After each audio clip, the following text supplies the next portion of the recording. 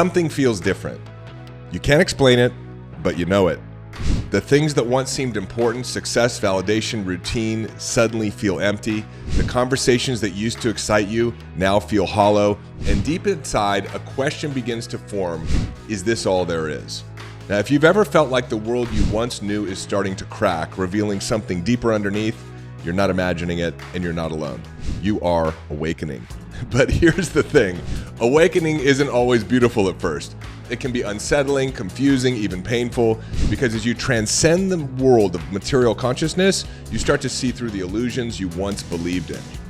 And that means questioning everything, who you are, why you're here, and what truly matters. And in this episode, we're going to go deep into the awakening process, what triggers it, why it can feel so overwhelming, and how to navigate it without losing yourself along the way. Because once you start to wake up, there is no going back. The world of material consciousness is driven by basic human instincts, the need for security, for pleasure, and validation. It's the lowest level of awareness where life feels like a constant struggle. Fear takes over, fear of loss, fear of not having enough, fear of the unknown. And when you're in this state, it can feel like you're always battling for survival, holding tightly to the things that you have, the relationships, the social status, as if they define who you are. And in this mindset, the material world becomes your entire reality, and it's hard to see beyond what your senses tell you. This level of consciousness is controlled by the ego, the part of you that believes it's separate from everything and everyone else. And the ego thrives on competition and comparison, constantly seeking recognition and approval to feel secure. It creates an illusion that your worth is determined by what you own or how you are perceived by others, leading to a never-ending cycle of desire and dissatisfaction. Now, attachment takes over in this material consciousness, making you cling to money, cling to status, and cling to physical appearance, and even personal struggles. When your identity is built around external things, your happiness becomes fragile, always depending on circumstances. The moment you lose something, whether it's money, love, or status, it can feel like your entire sense of self is falling apart. But that emptiness was actually always there beneath the surface, waiting to be addressed. And I experienced this personally. Back in 2009, I had a business that I had been running since 2005. It was a venture-backed technology company. And I had my entire identity wrapped up in the fact that everybody thought I was going to be the next dot-com billionaire. Dave was so smart. Dave was so skilled. Dave was so charismatic. But in 2009, everything crashed in my business. And at the same time, I realized that I was a drug addict, an alcoholic, and a sex addict. And I look back on that, and what I'm aware of now is that the business challenges that I was having was not causing me to drink or drug or sex. The drinking, drugging, and sexing was creating the business challenges. And the drinking, drugging, and sexing was actually caused by this baseline, low vibrational consciousness that I was living in because I was so unaware of my limiting beliefs and my unmetabolized childhood traumas. So I was living in this very dense environment where everything that mattered to me was built around my identity. And of course, that's a dangerous place to live because you can't control your external circumstances. And the irony is that the more you cling to the wealth, the success, the influence, the number of Instagram followers, the number of likes you get on a post, the more that world starts to fall apart in order to give you an opportunity to see what really matters, which is who you're being. Now, many people never realize that their emotional ups and downs are dictated by these external factors. If something good happens, a raise, a compliment, a new purchase, there's a temporary high. But when those things fade, the same feelings of emptiness, inadequacy, or fear return. And the reason for that is because they're habits. They've always been there. But not realizing that they've always been there, we try to control our external circumstances. And this is the cycle that keeps us stuck in a survival mindset, always chasing the next thing that promises happiness, but never truly delivering it. So the mind in material consciousness is constantly searching for fulfillment, yet it looks for it in places where it can never be found. And this is such a great technique of the mind in order to sustain itself, to always allow itself to be the focus, to always give itself energy. It creates an insatiable hunger for more money, more possessions, more status. Yet no matter how much is acquired, the feeling of lack always persists. And let me just say, wanting more is not a problem. You should absolutely want more. The desire and the dreams that you have are the catalyst for all change in your life. But there's a difference between wanting more in order to fill a gap or a void of emptiness and wanting more because it's something you're authentically excited about. Because that emptiness or that void within cannot be filled with things. It can only be healed through awareness. But in this state, awareness is overshadowed by the distractions of the physical world. Every moment is consumed by thoughts of gain and loss, success and failure, approval and rejection. So fear is the driving force behind material consciousness. The fear of losing what you have keeps you holding on too tightly, and the fear of not having enough keeps you chasing more. This fear isn't just emotional, it affects the way you see the world. You start to perceive people as threats rather than allies. Or you start to develop inauthentic relationships doing what one of my mentors called horse trading. I'll do this for you so that you'll do this for me. You start viewing opportunities as risks rather than possibilities. Hey, I'd love to pursue my vision and create a new business or start a new business, but I can't do that because what if it doesn't work out? And what if I lose what I already have? And change is something dangerous rather than transformative. And this is the reason why we start to live in this Bill Murray type of Groundhog Day where it's the same day over and over. We know intuitively that something is very, very wrong, but we're not able to identify what it is or to create a change because of this trap within material consciousness. When fear dominates, it narrows your vision. And instead of seeing the bigger picture or new possibilities, you become locked into survival mode. And so your decisions end up being based on avoiding discomfort rather than seeking true growth. You play it safe, even when safe is keeping you in a cycle of struggle and dissatisfaction. You know, there was a time in this business that my wife and I have now, our coaching companies, in 2001, when COVID hit, and then there were some updates to the internet platforms, and we were running a lot of online marketing campaigns, building a big community through that, moving a lot of people into our coaching programs, and all of a sudden, those two things created tremendous havoc in our business.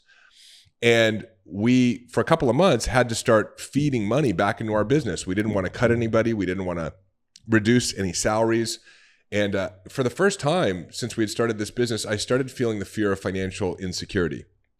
And so I realized at one point, my wife and I talked about it, that without noticing it, we were starting to play the game not to lose rather than play the game to win. And my wife is just so good at this, at leaning into the discomfort. I had always wanted to fly on a private jet. And of course, I did once with a friend of mine, but I had never gotten a jet myself. It was way too expensive. And we always flew from Sarasota, Florida to San Juan, Puerto Rico on Southwest. I'm a Delta guy myself, but Southwest was a direct flight. It was really economical, but I never really loved kind of being in the cattle car of, having to, get into the A slot, B slot, C slot, and hopefully get into the front of the airplane where I could actually fit because I'm 6'7", rather than getting crammed back in some economy seat in the back. So I said to my wife, I said, hey, we're going back to Puerto Rico. Did you book our flight? She said, no. I said, well, you better get the tickets. There's not that much time. She said, I rented a private jet instead. She said, I'm not going to play the game to lose. We're going to play the game to win. And that's my wife. That's why she's my lady boss. But we can fall into the illusion of not having enough, living in scarcity, and living in fear. And even in the midst of this illusion, there are signs that point toward the possibility of transforming through it. There are these moments that we have in the midst of the fear of the material consciousness of stillness.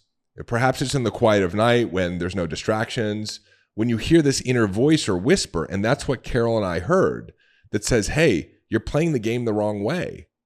And there must be something more. There are these glimpses of a deeper reality when material success fails to bring happiness, when the applause fades and an emptiness lingers, and when the pursuit of validation becomes exhausting and unfulfilling. These are the moments when the soul calls out for something greater, urging you to look beyond the surface and question the nature of your existence. Again, about a year and a half after that story I just told you, we were at a point where we were trying so hard to get our business to the next level. We were working harder than we ever had and producing fewer and fewer results. And our desire to work hard came out of our passion for our mission in the world and wanting to help people end their suffering and support entrepreneurs and creating conscious businesses.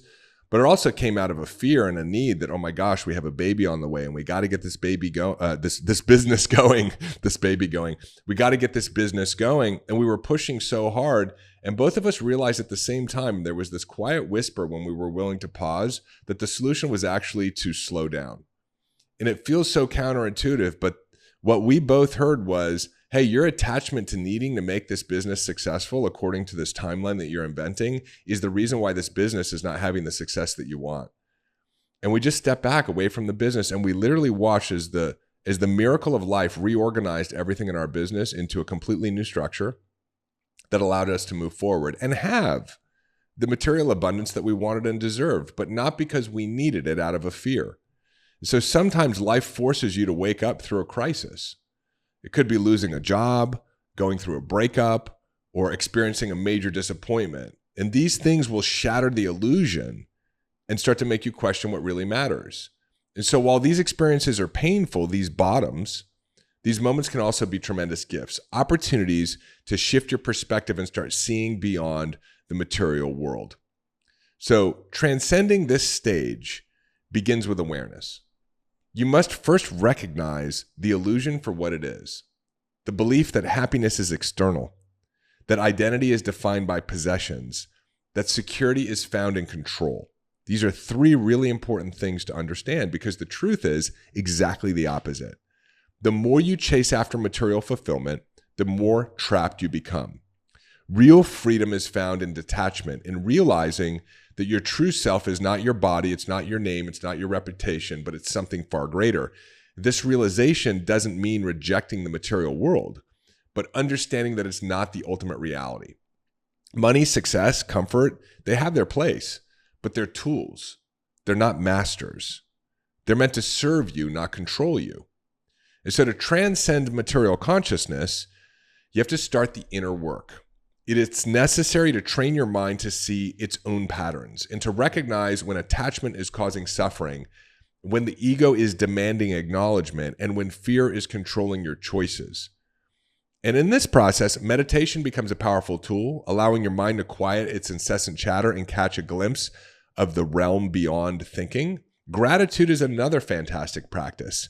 So instead of focusing on what you lack, gratitude helps you focus your attention and see the value on what you already have. And when you focus on what you already have, Scripture tells us that you will receive more. Hey, it's David. Quick interruption to your regularly scheduled podcast episode. I want to let you know about an opportunity to go even deeper into this work together. If you have not yet, please check out the show notes. In there, we've got links to both our Mind Hack and our Whole Human Framework programs. Our Mind Hack course is an incredible framework. It's the foundation of everything that I teach on this show to help you understand how to become deeply aware of the subconscious programs that are holding you back, and to teach you the technologies and frameworks to allow you to dramatically transform those belief systems and rewire your brain. Again, the Mind Hack program is our 7-day self-paced program. We also have our 12-week course, The Whole Human Framework. And we've got both of them right now bundled in a special offer for those of you who want to go big, want to go fast, and who understand that you don't want to put off another day of your full potential or holding on to unnecessary stress, anxiety, or suffering, but you want to be liberated from these habits of thinking and have a powerful living experience. Check out the link in the show notes. Jump on over to the website. Take a look at the programs and the extraordinary success stories of entrepreneurs just like you who have gone through these courses, and I will see you on the other side. And now, back to your regularly scheduled podcast episode. True abundance isn't measured by material belongings, but by your ability to appreciate the richness of the present moment. So the more you practice gratitude and you live a wealthy life, the more you align yourself with the material aspects of wealth that you're wanting. Letting go of external validation is one of the greatest challenges on this path. The need for approval is really deeply rooted, but it's just another illusion that keeps us stuck. So the moment we stop looking for worth outside of ourselves, we discover a really profound truth that our value has always been inherent. There's no title, no certification, no degree, no wealth, no recognition that can add to who you already are. And oftentimes when I'm coaching people on this, when they have children, it's a great point of leverage, because I'll ask them, hey, your son or your daughter, what could they do to be more worthy? And clearly the answer for them is, well, nothing. I said, well, what could they do or not do that would take away their worthiness? And they think for a moment and they say, well, nothing.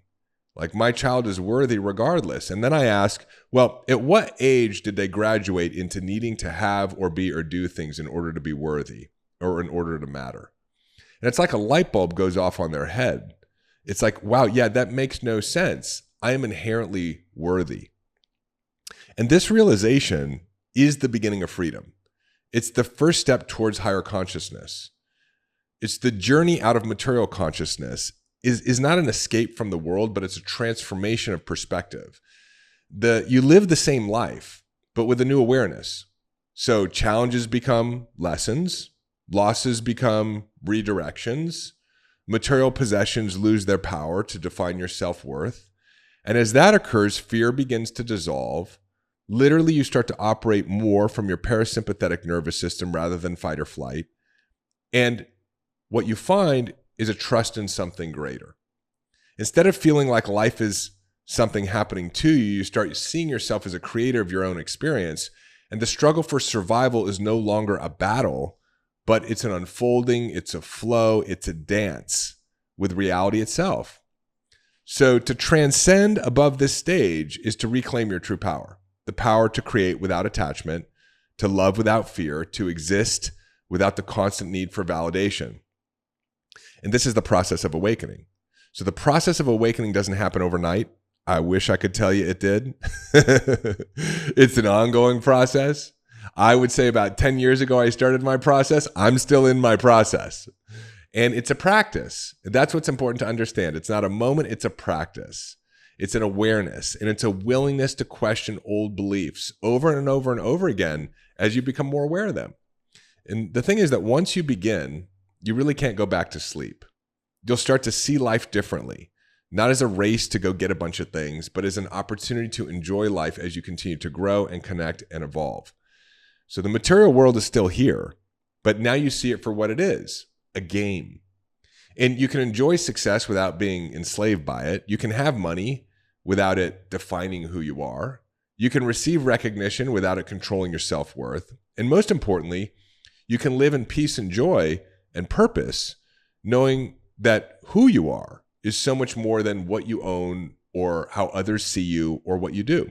And this is the freedom that comes from moving beyond material consciousness. Once you step into it, the world opens up in ways really that you could never imagine. So at some point in life, you begin to feel this shift. The world as you once knew is no longer feels the same.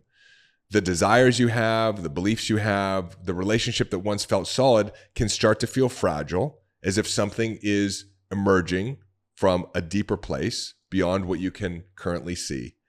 And this is the beginning of the awakening. It's the moment you start questioning the surface level reality that you once accepted without hesitation. And for a lot of people, this realization comes quietly over time. It's like a lingering thought, a hunch, a desire. You start reading some personal or spiritual development books because you're driven by this question that sounds like, is this it? Now, for other people, it arrives like a storm. It's an event so life-altering that it shakes everything to its core. It could be the loss of a loved one, the collapse of a dream, or a moment of profound clarity that suddenly makes the ordinary seem extraordinary. For me, it was a little bit of both. At the time that my whole life collapsed because I realized it was unmanageable, that I was a drug addict, I was an alcoholic, I was a sex addict, which was the storm that came for me, and getting into my 12-step recovery, and through that process, actually doing this work to become more aware of my belief systems and to develop self-awareness and a relationship with a power greater than myself. There was also a series of breadcrumbs that were left for me. I was at a bookstore, and I don't know if you've ever had an experience where a book decides it's going to develop a relationship with you. There's this calling from a book on the shelf, and I was not an avid reader, but I walked over to the bookshelf and I grabbed a book called Awakening the Buddha Within, and I learned the Eightfold Path of Virtue, which is Buddha's 8 steps for transcending suffering. I came back after a business trip, and one of my employees had left a little book on my desk called Kingdom Principles by Miles Monroe, which was Miles Monroe's interpretation of Christian principles, really very similar to what Buddha talked about. And then from there, I went to a bookstore, and I discovered a book called Think and Grow Rich by Napoleon Hill.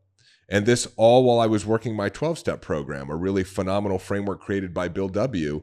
to help people accomplish the same type of liberation and awakening that we're talking about here. So whatever form it takes, awakening is the point where you stop moving blindly through life and you start looking for a deeper meaning.